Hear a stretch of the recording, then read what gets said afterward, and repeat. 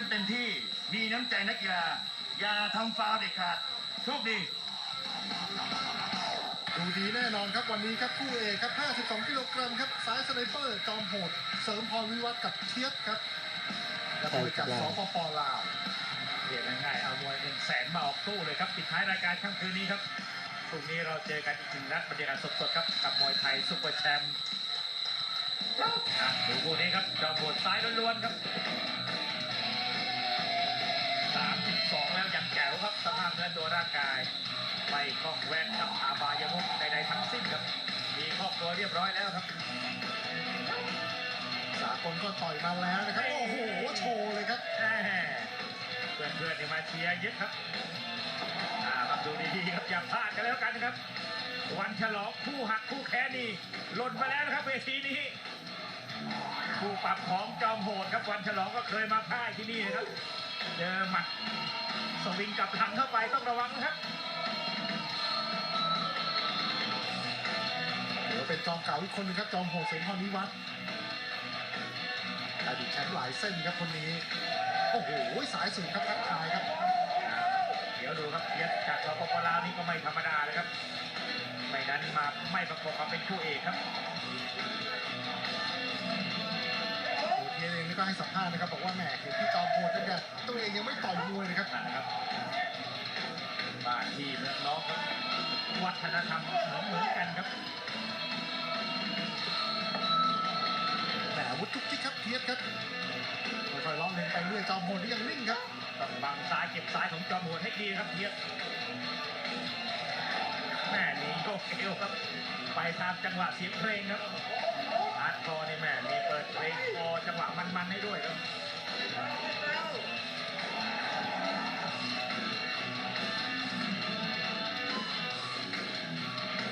แต่ยังคอยดูอาวุธน้องครับจอมโหดครับยังไม่ปล่อยทีเด็ด แต่จบกับไอดอลตัวเองนะครับคุณมารุตทางด้านของเทียบ โอ้โห โอ้ยโดนอะไรครับ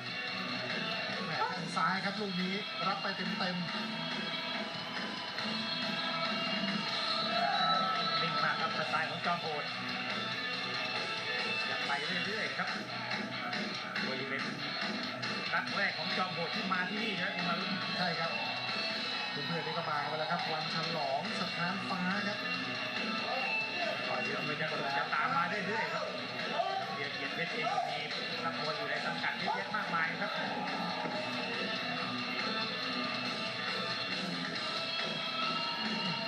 จอมโหดไม่ลำบากที่จะยากลงไปทิ้งไปครับโอ้โหซ้ายดูครับเตะแบบฝังแข้งเลยนะครับ ค่อยๆลำเลียงมาแล้วครับอาวุธของจอมโหดครับวันนี้ เคยจะต่อยมวยสากลอาชีพมาแล้วด้วยครับแต่ว่าเบรกเส้นกลางคันครับบอกว่าขอมวยไทยดีกว่าครับชอบมวยไทยครับ โอ้โห โอ้โห นับเลยครับอาจารย์ธนวัฒน์เสือแก้วนี่ครับต่อยเอาดื้อๆครับพูดยังไม่ทันขาดคำครับว่าเคยจะผันตัวเองนั้นต่อยมวยสากลอาชีพนะครับโอ้โหโดนจนได้ครับ มาโดนทีเด็ดเอาปลายยกเลยครับเทียบกันชกจากสปปลาวครับโอ้โหพี่จอมโหดนี่เต้นไปเต้นมาผมดูเพลินครับไปจูบหมัดซ้ายครับโครมเดียว ไม่เป็นไรครับถ้าพูดตำราหน้ามวยก็ต้องบอกว่าหันมาเชียร์มวยรองครับแล้วดูครับทักทายแม่มาดีกระโหลกเลยครับท่าเก่งของดาราเอกโดยช่างมวยไทยภูเก็ตครับลุ้นอยู่หน้าจอครับบอกว่าคันไม้คันมือโอ้ยสายดอกนี้เต็มใจโครงครับวักเข้าไปครับแม่ดูเหมือนเบาครับคุณมารุตครับแล้วลูกจิ้มครับโอ้โหดูครับลักต่อยเอาดื้อๆอย่างนี้ครับโอ้โหเพียรบอกว่าสมัยผมยังไม่ต่อยมวยชอบพี่จอมโหดครับแต่ตอนนี้จูบหมัดพี่จอมโหดก็เต็มลักเลยครับ ยก2ครับจอมโหดกับเทียบ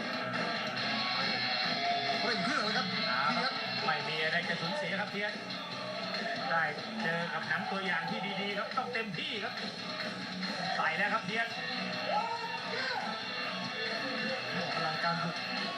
เหลือร้ายจริงๆครับเทียบเจอจิ้มลำตัวเข้าไปครับหมัดเคาะเข้าไป โอ้โห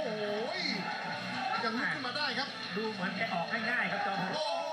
โห ดูครับสู้จริงๆครับเทียบ อัปเปอร์คัตขวาครับโอ้โหออกแบบทีๆรัวๆเลยครับ แม่ดูเหมือนง่ายจริงๆครับ โอ้โหถ้าไม่มียางกันฟันนี่ผิวปากไปแล้วครับแต่อย่าประมาทครับเทียบต้องมาสู้เลยครับตามครับ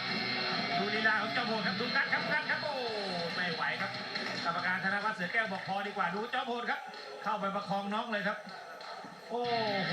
แกนิ่งจริงๆครับครับปล่อยให้หน้าที่เป็นแพทย์เป็นหน้าที่ของพี่หมอคณิตครับเป็นหน้าที่ของแพทย์สนามครับฟื้นแล้วนะครับฟื้นแล้ว เอาละครับไปดูภาพช้ากันครับ อัปเปอร์คัตขวาครับมาหมัดเดียวครับ โอ้โหลูกไม่ไหวครับไม่ครับดูความช้าๆชัดๆมุดรอดมาจากใต้ท้องแขนครับงัดด้วยขวานะครับตัวเองนั้นเป็นมวยซ้ายดูครับงัดป้องครับเข้ากระดูกคางพอดีครับจังหวะขาลอยด้วยครับจะแทงเข่าจะวางแข้งครับดูครับงัดครับโอ้โห And your winner by way of technical knockout, Red Corner! มวยอาของมวยมันโอ้น่ารักมากเลยนะครับ นี่นะฮะจอมโหดเสริมพรวิวัฒน์นะฮะ โอ้โห เคยดูแต่ในทีวี ไม่เคยเห็นแบบเป็นอย่างนี้เลย และในวันพรุ่งนี้มันต่อเนื่องเลยกับช่อง 8 มวยไทยซุปเปอร์แชมป์ครับ และสำหรับมวยฮาร์ดคอร์ในวันนี้หมดเวลาลงแล้วนะครับ เจอกับ